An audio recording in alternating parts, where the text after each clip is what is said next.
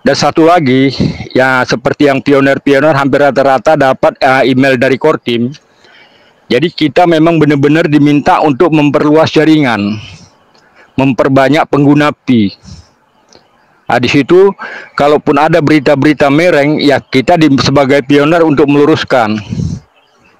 Nah, jadi memang benar-benar core team ini minta kolaborasi dengan pioner untuk benar-benar memperluas jaringan. Jadi tugas pioner itu ya menentukan nilai, membentuk nilai, memperjuangkan nilai, ya memperluas jaringan. Jadi kalau kita pioneri nggak perlu kali mikirkan yang istilahnya namanya platform ataupun yang macam-macam. Ya itu nanti core team, cukup core team aja yang mikirkan. Jadi kapan pioner istilahnya bisa transaksi di ekosistem Pi dengan platform ataupun market. Nanti mungkin setelah diumumkan market ataupun platform yang udah lulus KYB, disitulah mungkin semua pioner bisa melakukan transaksi. Jadi kalau sekarang ini banyak orang yang istilahnya mendaftar beli mobil, mendaftar beli rumah itu sebenarnya kalau saya 99% itu penipuan. Jadi kita jangan terjebak jadi pioner. Jadi jagalah memang benar-benar koin-koin kita, aset kita harus benar-benar kita perjuangkan sebagai tabungan masa depan. Ya mungkin tabungan masa depan untuk anak, untuk cucu semua. Jadi kalau istilahnya daftar beli mobil, beli apa itu jelas-jelas banyak penipuan. Jadi kalau istilahnya kita pesan mobil hari ini udah 5, ada yang pesan mobil 5, rumah 2. Itu rupanya Pi ini nanti baru bisa dikan 5 tahun ke depan. Jadi yang udah mengirimkan koin ini 5 tahun ke depan, begitu kita tanya nanti sama yang nerima, wah HP saya udah rusak katanya. Makanya itu unsur penipuan itu harus dicegah.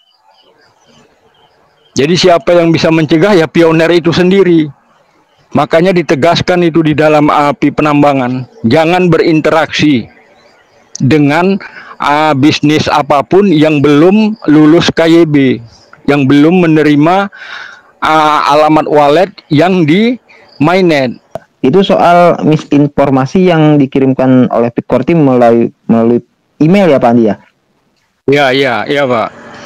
Iya, jadi beberapa pioner juga sempat bertanya ya, minta pembahasan soal itu gitu ya. Barusan sudah dijelaskan oleh Pak Andi ya, yang pada intinya gitu, pertama peluasan jaringan itu secara konteks itu ya kita kalau misalkan mau merekrut pioner baru, misalkan atau mengajak pioner baru ya. Nah, jangan sampai gitu loh, seperti yang beberapa waktu lalu saya sampaikan, jangan sampai hanya diinformasikan soal nilai GCP-nya saja.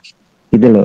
Jadi yuk ayo informasikan juga GCP ini tidak tiba-tiba langsung bisa dicairkan. Misalkan seperti itu bahasa sederhana banget, bahasa pioner yang sering saya temui atau dapatkan ya, itu gitu loh. Jadi taunya cuma GCP saja, tapi tidak tahu bahwasanya GCP itu adalah kolektif komunitas. Itu artinya kerjasama semua pioner di komunitas P-Network. Kalau memang menginginkan P-Network itu menjadi mata uang digital, ya ayo gitu loh. Dengan cara kita kerjasama membentuk nilai kesepakatan secara global dengan nilai GCP. Kan jelas kan dari singkatannya saja lah bahasanya itu ya, GCP Global Consensus Value gitu kan, atau nilai kesepakatan global. Nah itu, jadi untuk saat ini ya bisa hanya melalui barter. Nah ini ada juga beberapa pioner yang mungkin perlu saya jelaskan ya, barangkali ada yang belum tahu gitu loh. Soal teks ya, ini karena berhubungan dengan misinformasi ya, banyak gitu Pak Andi dan semua yang di sini ya, itu pioner yang kalau menurut saya ya, itu belum memahami secara sepenuhnya dengan maksud atau diksi barter itu sendiri gitu. Jadi yang pioner tahu barter itu antara Pi dengan barang dan jasa gitu loh. Nah, perlu saya sampaikan di sini bahwasanya yang namanya barter itu gitu loh, ya barang dengan barang atau barang dengan jasa atau jasa dengan barang, transaksinya menggunakan Pi dengan nilai GCP sehingga terbentuk dan tercatat di blockchain. Bukan berarti itu barter antara koin Pi dengan barang dan jasa itu sendiri. Kalau antara koin Pi dengan barang dan jasa, kalau menurut saya itu bukan barter, tapi transaksi. Gitu loh. Nah, ini masih banyak yang belum paham ya soal barter. Jadi banyak ya yang ayolah kalau mau sama mobil sama apa tuh, itu kan tuker.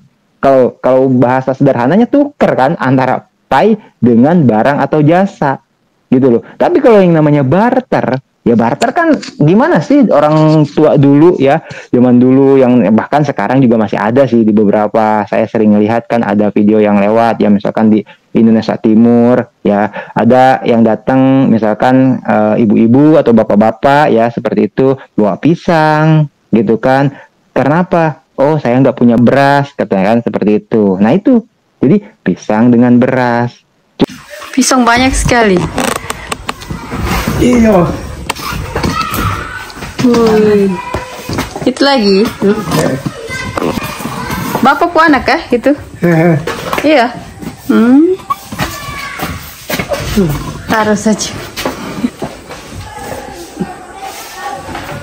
Masih ada? Habis. Habis. Iya, mau kasih berapa? Gula. Bapak ini pegang dulu ya. Baru ada garam, minyak goreng. Enggak minggu. Minyak goreng. Iya. Ada. Ini ya Bapak. Ada kecap di dalam juga. Oke, terima kasih. Cuman karena itu barter, nah di dalam konteks Pi Network barternya oke, berjalan ya, senilai pisang dan beras, berasnya berapa, pisangnya berapa. Nah cuman kalau di Pi Network itu dibentuk transaksinya, dilakukan transaksinya. Untuk apa? Untuk mencatat transaksi tersebut di blockchain. Seperti itu ya. Semoga ini saya baru ini bicara soal ini karena ya ini berhubungan dengan misinformasi. Ya, jadi jangan sampai ada informasi-informasi yang sekiranya sedikit membingungkan ya. Tuh itu yang perlu diluruskan. Nah, Picore Team butuh yang seperti ini ya. Seperti itu ya, buat Pak Andi Nova, Pak Sarudin dan yang lainnya. Buat Mbak Bil kembali ada informasi dari Bunda Noni, Mbak Bil ya. Sebentar saya buka ini Telegram. Tadi Bunda Noni sempat menghubungi saya, katanya, "Bang, di obrolan santai kah?" "Iya Bunda, saya masih di tim Aliansi Perdagangan Internasional. Tolong sampaikan ke Miss Bil dikit lagi baru saya naik. Thanks." Oke, siap Bunda. Seperti itu, Mbak Bil. Kembali ke pos. Thank you.